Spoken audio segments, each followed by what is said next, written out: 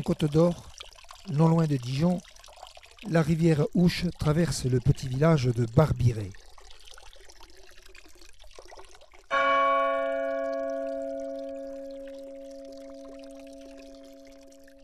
Il y a là un vieux lavoir qui cache bien des secrets.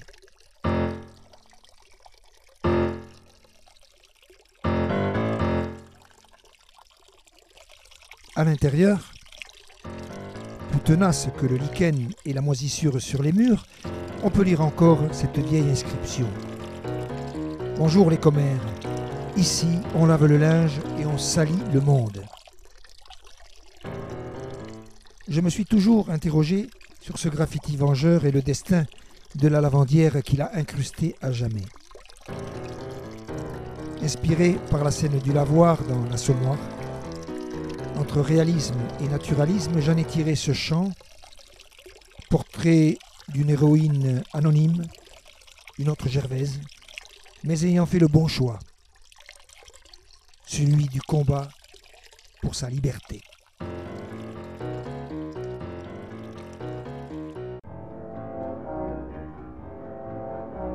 La grosse truie à l'œil perçant, à la moindre tache de sang, fillon gros et grand, garde-roi, flairant de l'eau, tout est recoin. Mais sur mon cas, elle se taira, pour n'être pas dans de beaux draps, car à son âne les os jaunis, je sais qu'elle a fait dans son lit. Marie n'écoute pas les coquilles dans les scories de l'eau que ta maman sera damnée pour ce bébé qui n'est pas né. Que ton papa a ses raisons quand il n'est pas à la maison, à genoux il faut expier dans le lavoir de Barbiré. Je n'entre plus dans ce lavoir, j'ai trop peur du coup de battoir. Fuis les regards de ce parloir, noir comme un somme d'assommoir.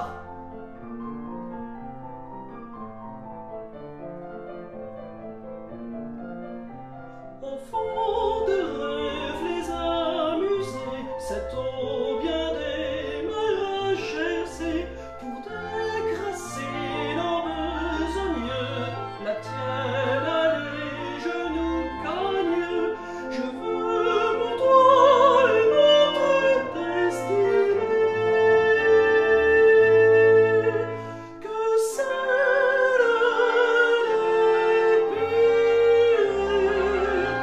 plus que celui du lavoir et le chemin avec l'isoloir. Maman, j'ai l'eau retricotée avec des aiguilles infectées, curé pendant cette homélie, ton église était bien remplie. Vous maîtres préférés, vos chiens,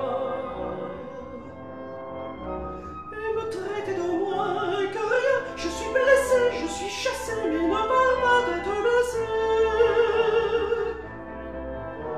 Madame, dans votre maison, à quoi sert de salir mon empire, de tenir des assemblées de suffrage et de libérer?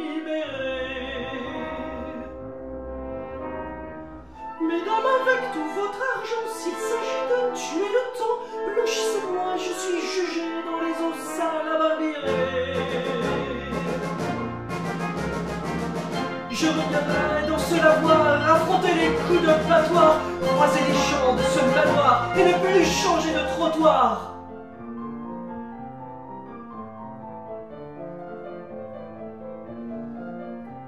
Enfants, quittons cette eau glacée où les esprits se sont figés.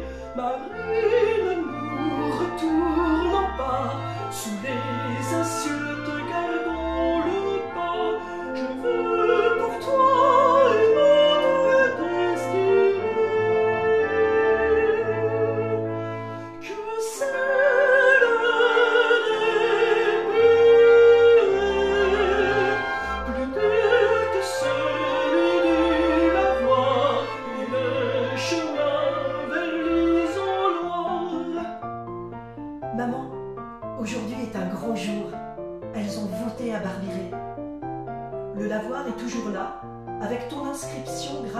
pierre. Ici, on lave le linge et on salit le monde. On ne sait ni pourquoi ni comment, mais au milieu du bassin a éclos un lotus d'un blanc pur. En Inde, les sages prétendent que le lotus est la fleur immaculée qui s'ouvre au-dessus de la souillure du monde. Dans le village, une vieille femme dit que c'est ton âme qui flotte sur les eaux.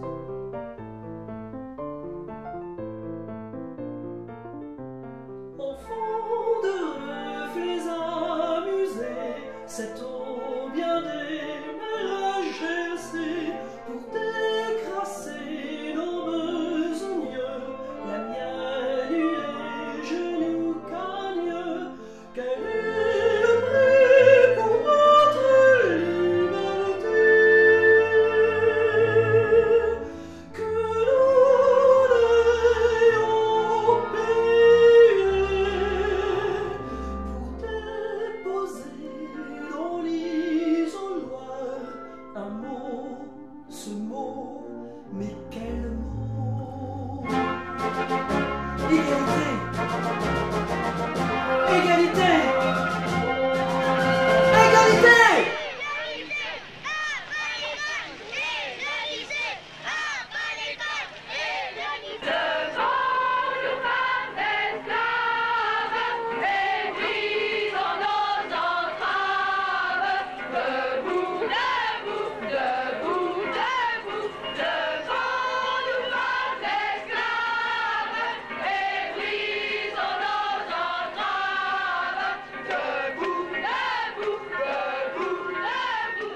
Moi, je suis née avec 0 droit dans mon berceau, en 1920.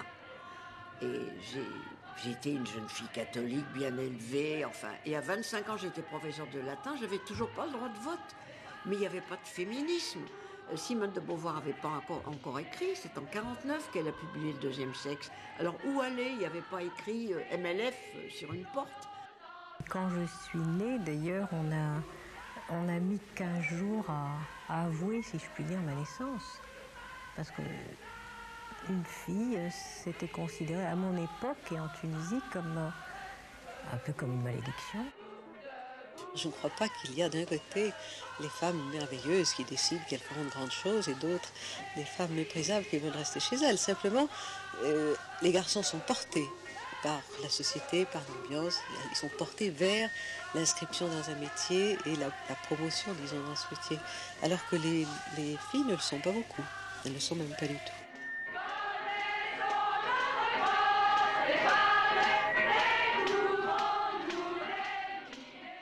Je voudrais tout d'abord vous faire partager une conviction de femme. Je m'excuse de le faire devant cette assemblée presque exclusivement composée d'hommes. Aucune femme ne recourt de gaieté de cœur à l'avortement. Il suffit d'écouter les femmes. C'est toujours un drame.